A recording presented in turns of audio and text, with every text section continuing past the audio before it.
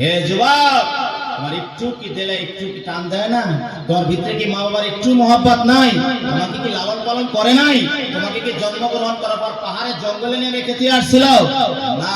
তোমাকে এত, তোমার জন্য এত কষ্ট করেছিল, সেই মাকে তুমি চিন্তা না। ও যুবক, ভালো করে শুনে রেখে দাও, আজকে আমি বয়ান করার জন্য আসি নাই। যে আয়াত আমি নিয়েছি, বয়ান করলে ৩-৪ ঘন্টা আলোচনা করা যাবে, করব না রে যুবক, মকসুদ গায়েব হয়ে যাবে। সেই মকসুদে আমি আসছি, ওই মকসুদের দিকে যাইতে হবে না নাই? ও নবীর উম্মতের দল, দুনিয়া থেকে একদিন সবাই যাইতে হবে, তুমিও যাবো আমিও যাব। কিন্তু যাওয়ার আগে তুমি এইগুলো টাইটেল নিয়ে মরিও না, মাদারুজুয়ার নিয়ে মরিও না। তুমি যদি মরে যাও, ওই দিন মরে যাওয়ার পরে মানুষে বলবে লোকটা কত নামাজি ছিল, লোকটা কত ধার্মিক ছিল।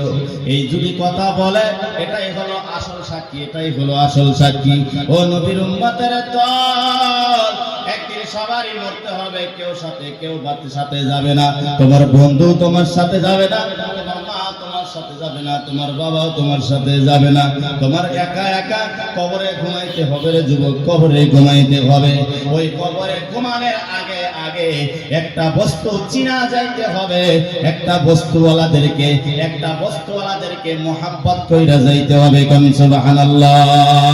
কোরআনের মধ্যে সর্বপ্রথম তোমার কবরের মধ্যে তো সর্বপ্রথম তোমাকে যে জিনিসটা সাক্ষী দিবে, যে বস্তুটা তোমার কবরের মধ্যে সবচেয়ে আগে সাক্ষী দিবে, ওই বস্তুটার নাম হলো আল কোরআন। আল কোরআন।